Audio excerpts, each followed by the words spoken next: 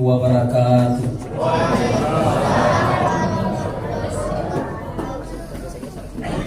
Alhamdulillah, wassalatu wassalamu ala asyrafil anbiya'i wal mursalin sayyidina wa maulana Muhammadin wa ala alihi wa ashabihi wa man tabi'ahum bi ihsanin ila yaumiddin.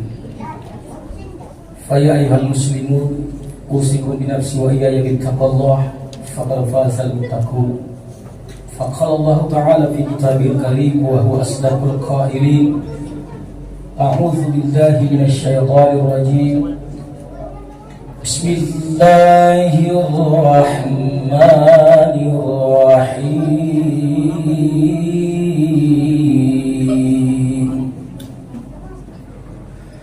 Ya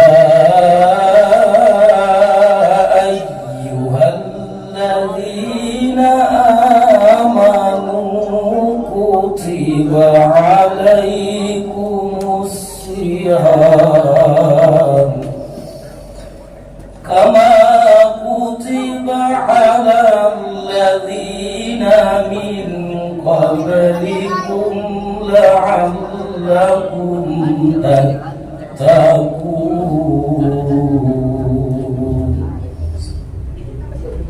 Ikhwanul muslimin, jamaah salat Isya secara berjamaah dan insya Allah dilanjutkan salat tarawih witir juga secara berjamaah.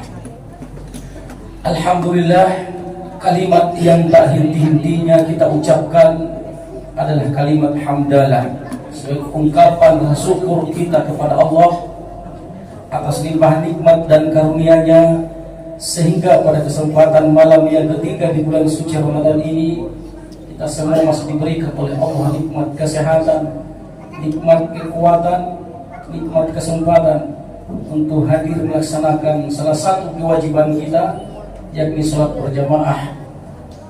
Mudah-mudahan apa yang kita lakukan insya Allah diterima oleh Allah Subhanahu wa Ta'ala. Amin amin ya rabbal alamin. Salawat serta salam senantiasa tercurahkan kepada baginda Rasulullah Muhammad sallallahu alaihi wasallam, Nabi yang kita nanti-nantikan syafaatnya nanti pada hari kemudian. Semoga Allah mengakui kita semua sebagai hamba-Nya dan Nabi Muhammad mengakui kita nanti sebagai umat-Nya. Hadirin yang dimuliakan Allah Subhanahu wa Ta'ala, pada malam ketiga ini tema yang disampaikan oleh panitia adalah puasa dalam bentuk pribadi yang jujur. Makanya puasa ini disebut dengan ibadah rahasia antara kita dengan Allah Subhanahu wa Ta'ala. Kalau seandainya orang yang berpuasa itu tidak dibentuk dengan kejujuran, maka tentu ada istilah sering kita dengarkan anak-anak kita, Pak, istilahnya bucok, buka coko-coko.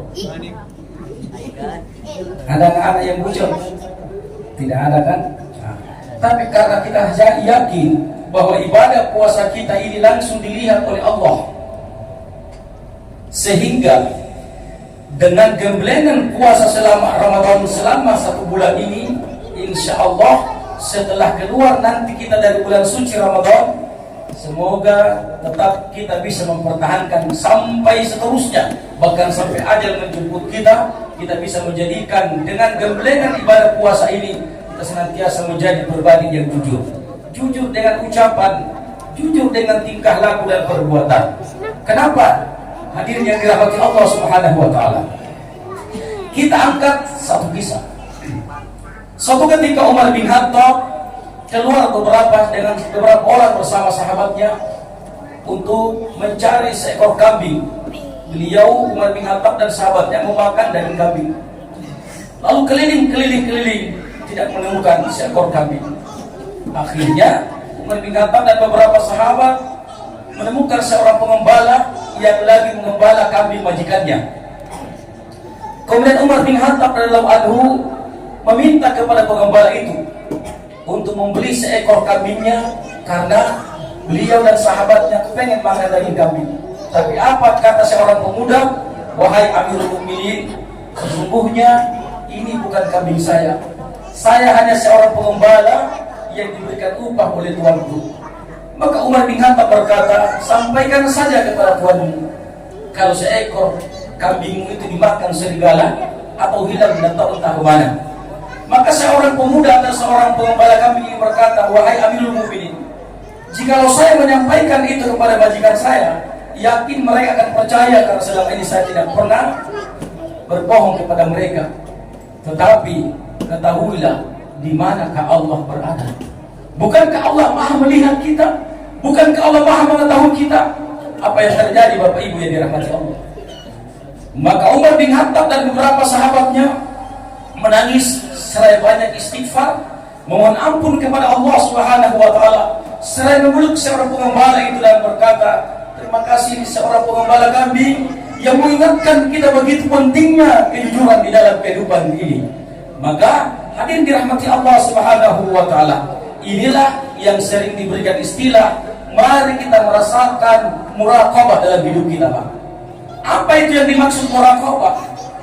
Merasakan kalau diri kita ini dilihat oleh Allah Subhanahu wa taala. Maka orang yang mengamalkan ini dalam kehidupannya, salah satu contoh, ketika kita ada di suatu pekerjaan atau mungkin di kantor, besar peluang untuk mengambil haknya orang, besar peluang untuk merugikan negara dan seterusnya. Kenapa? Karena ketika kita melihat ke depan, ke belakang, kanan, kiri, tidak satupun manusia yang melihat kita. Tapi bagi orang yang selalu bahwa dirinya ini dilihat dan diawasi oleh Allah Subhanahu wa taala, pasti dia akan berkata, Allah tidak ngantuk, Allah tidak tidur. Dialah Allah yang senantiasa melihat dan mengawasi apa yang kulakukan ini. Diri yang dirahmati Allah Subhanahu wa taala. Nah, dengan ibadah puasa ini, insya Allah membentuk betul-betul kita menjadi pribadi yang jujur. Kalau ucapan jujur, tingkah laku dan perbuatan tentunya harus jujur lagi. Betul tidak, Pak? Betul tidak, Ibu? Kenapa?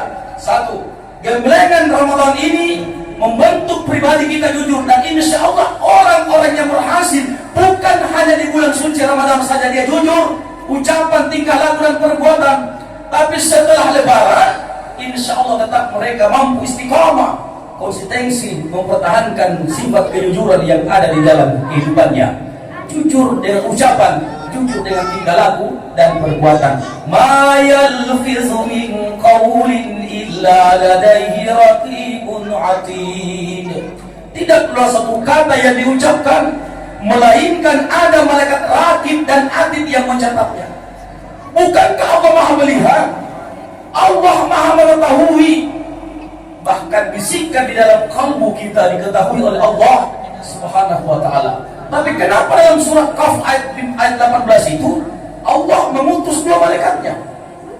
Ada malaikat raqib di sebelah kanan maupun di sebelah kiri, ada malaikat atid, raqibun atid.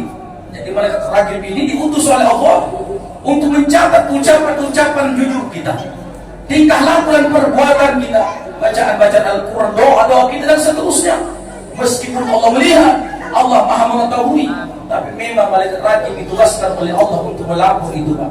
Sedangkan di sebelah kiri kita ada malaikat atid yang senantiasa melaporkan kepada Allah Subhanahu wa taala, sehingga tidak sedikit pun ucapan, tingkah laku dan perbuatan yang terlewatkan begitu saja nanti pada hari kemudian. Kenapa? Karena kita ini senantiasa diikuti oleh CCTV-nya Allah Subhanahu wa taala. Ibu, Bu, yakin tak kalau kita ini diikuti oleh CCTV-nya Allah? Yakin? Bapak lebih yakin, Pak, ya? Kalau Bapak lebih yakin, insya Allah Bapak tidak akan pernah berdusta kepada istrinya, dan istri itu tidak akan pernah berdusta kepada suaminya. Kenapa? Karena kita yakin kalau kita ini diikuti oleh CCTV-nya Allah Subhanahu wa taala. Secara syariat, siapakah CCTV-nya Allah itu, Pak? Tentu Raqibun Atid. Itu CCTV Allah secara syariat yang akan melaporkan. Kedua, secara hakiki, siapakah CCTV-nya Allah? Tentu perlu kita tanya diri kita masing-masing. Buat apa bayangan-bayangan ini ikut dengan kita kalau tidak ada tugasnya, Pak? Dari sejak kita lahir sampai nanti masuk nanti alam kubur, bayangan-bayangan itu selalu setia mengikuti kita, terang, gelap, tetap juga ikut sama kita. Itu juga akan melaporkan kepada Allah tentang apa yang dilakukan pribadi atau apa yang dilakukan jasmani kita. Dia juga akan melapor kepada Allah Subhanahu wa Ta'ala. Maka tidak satu pun ucapan dan tingkah laku yang dilakukan oleh umat manusia yang lewat begitu saja. Semuanya akan diperlihatkan. Tanggal sekian, jam sekian, hari ini, tahun ini, kamu pernah melakukan perbuatan-perbuatan seperti ini. Dan semua itu akan diperlihatkan oleh Allah Subhanahu wa Ta'ala. Kita juga sering baca dalilnya dalam surah Yasin. Al-yawma nakhtimu ala afwahihim wa tukallimuna aydihim wa tashhadu arjuluhum bima kanu yaksibun. Apa kata Allah dalam ayat ini, Pak? Pada hari ini atau pada hari kemudian kami kunci, kami bungkamkan mulut mereka, kata Allah. Mulut kita akan digembok, bahasa-bahasanya, Pak. Tidak akan bisa lagi berkata apa-apa. Kalau di dunia ini baru saja kita katakan A, sebentar bisa menyangkal B. Ini di dunia. Tetapi di hari kemudian nanti ketika kita dimintai pertanggungjawaban di hadapan Allah, maka mulut kita ini akan dikunci oleh Allah. Tidak akan bisa lagi menyangkal, tidak akan bisa lagi berkata A dan seterusnya. Maka tangan, kaki, dan sekujur tubuh kita akan bersaksi, akan memberikan kesaksian terhadap apa yang dahulu pernah kita usahakan. Maka dari itulah saudaraku, terutama pada diri saya pribadi, marilah Pak, dengan puasa ini yang kita kerjakan bukan hanya sekedar menahan lapar dan haus, tapi bagaimana dengan puasa itu mampu membimbing kita semua, terutama pada diri saya, untuk senantiasa jujur, karena kita selalu merasa bahwa kita ini dilihat, diawasi oleh Allah Subhanahu wa Ta'ala. Dan kalau ini yang kita amalkan dalam hidup kita, insya Allah semoga kita selalu mendapatkan pertolongan Allah Subhanahu wa Ta'ala, selalu kita dilindungi oleh Allah Subhanahu wa Ta'ala untuk bisa senantiasa menjadi pribadi yang jujur. Apa yang menyebabkan seseorang terkadang orang jujur tiba-tiba menjadi orang yang tidak jujur, Bapak Ibu? Salah satu penyebabnya adalah terlalu besar pengaruhnya kehidupan dunia ini. Yang kedua, terlalu kerasnya ujian dan godaan setan atau iblis laknatullah, sehingga terkadang kalau kita tidak ditolong oleh Allah, maka kita akan melakukan hal-hal yang seperti itu. Makanya penutup tausiah ini, hadirin dirahmati Allah, jangan abaikan salah satu doa yang diajarkan oleh baginda Rasulullah di setiap kita keluar rumah, Pak. Apalagi kita mau pergi perjalanan jauh. Apa itu? Dan doa itu semua kita hafal. Cuma terkadang ketika kita buru-buru, kita tidak membaca doa tersebut. Padahal doa itu sudah dihafal mani, sudah ada di kepala kita, Pak. Dari kecil kita sudah hafal di doa. Bismillahirrahmanirrahim, tawakkaltu 'ala Allah wa la haula wa la quwwata illa billah. Ketika seorang mukmin keluar rumah membaca doa itu, maka iblis berkata kepada anak buahnya, siapakah anak buahnya iblis? Tentu setan laknatullah. Iblis berkata, celakalah kita. Kita sudah tidak bisa mengganggu orang itu. Kita sudah tidak bisa menggoda lagi orang itu. Kenapa? Karena dia sudah ada dalam lindungan Allah Subhanahu wa Ta'ala. Karena mereka berserah diri. Dia keluar rumah dalam berserah diri, berserahkan semua kepada Allah Subhanahu wa Ta'ala. Maka Pak Ibu, doa yang singkat, doa yang pendek ini, tapi kalau kita yakin dengan doa yang diajarkan oleh baginda Rasulullah, maka insya Allah semoga kita senantiasa dilindungi oleh Allah dari ucapan, dari tingkah laku dan perbuatan, karena itu adalah bujuk rayuan iblis atau setan laknatullah. Tapi ketika kita senantiasa berserah diri kepada Allah, bertawakal kepada Allah, maka insya Allah Allah akan menolong, Allah akan menyelamatkan diri kita insya Allah di dunia ini sampai nanti di hari kemudian. Semoga tausiah yang tidak terlalu lama ini dengan ibadah puasa bisa membentuk, menjadikan pribadi seseorang atau pribadi kita ini menjadi orang-orang yang jujur. Resepnya tadi, yakinkan, rasakan kalau kita ini dilihat dan diawasi oleh Allah Subhanahu wa Ta'ala. Kalau ini yang kita yakini, ini yang kita amalkan, itu yang membuat kita sangat berhati-hati, Pak, dengan ucapan dan tingkah laku dan perbuatan. Semoga ada manfaatnya, terutama pada diri saya pribadi. Lebih dan kurangnya mohon dimaafkan. karena kebenaran hanya milik Allah Subhanahu wa taala, kekurangan dari diri saya pribadi. Wabillahi taufiq wal hidayah. Wassalamualaikum warahmatullahi wabarakatuh.